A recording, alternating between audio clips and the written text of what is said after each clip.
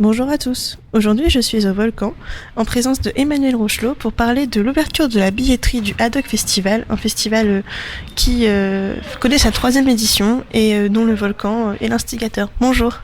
Bonjour. Alors, le Haddock Festival, c'était aujourd'hui la conférence de presse pour en parler un peu plus avec ceux qui sont au cœur du projet du Haddock Festival. Ça s'adresse à qui ? Alors le Haddock Festival, ça s'adresse aux enfants et à leurs familles, aux enfants vraiment de 2-3 ans jusqu'à une douzaine d'années, l'entrée dans l'adolescence.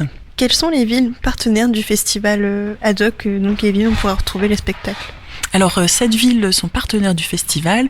On pourra découvrir les spectacles dans l'agglomération à Épouville, à Gonfreville-Lorcher, à Harfleur, au Havre, à Magny-Église, à Montivilliers et à Sainte-Adresse aussi. Parmi ces villes, il y aura une variété de spectacles et il y en a vraiment pour tous les goûts. Est-ce qu'on pourrait revenir sur un peu les types de spectacles qui vont pouvoir être vus par les enfants ? Alors les spectacles seront vraiment de toutes disciplines. En fait, on invite des artistes qui sont à la fois sur la musique, toute forme de musique d'ailleurs, des musiques un petit peu bricolées même pour l'occasion avec plein d'objets qui deviennent des objets musicaux.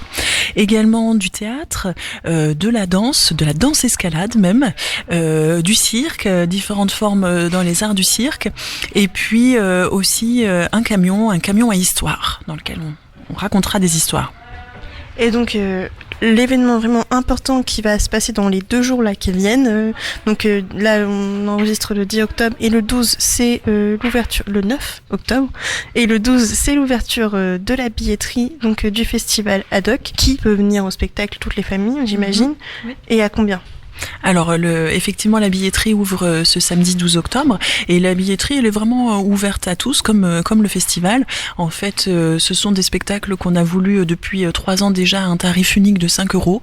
Comme ça on se pose pas la question est-ce qu'on est enfant, parent, est-ce qu'on a l'habitude de voir des spectacles, est-ce qu'on vient pour la première fois. C'est pour tout le monde la même chose, 5 €, un tarif unique, et puis on espère ainsi pouvoir accueillir notamment des familles qui peuvent peut-être être nombreuses ou des amis qui viennent en groupe sans que la note soit douloureuse, mais au contraire qu'on puisse en profiter pleinement et voir, si possible, si on en a envie, plusieurs spectacles, notamment dans le week-end, puisque c'est vraiment autour d'un grand week-end, et l'idée c'est de se balader dans l'agglomération, donc on peut ainsi découvrir plusieurs spectacles pendant tout le week-end et en avoir plus qu'un, un peu plus si on en a envie en tout cas. C'est en plus le grand week-end avant les départs en vacances des plus petits, donc, et des plus grands aux alentours de 12 ans.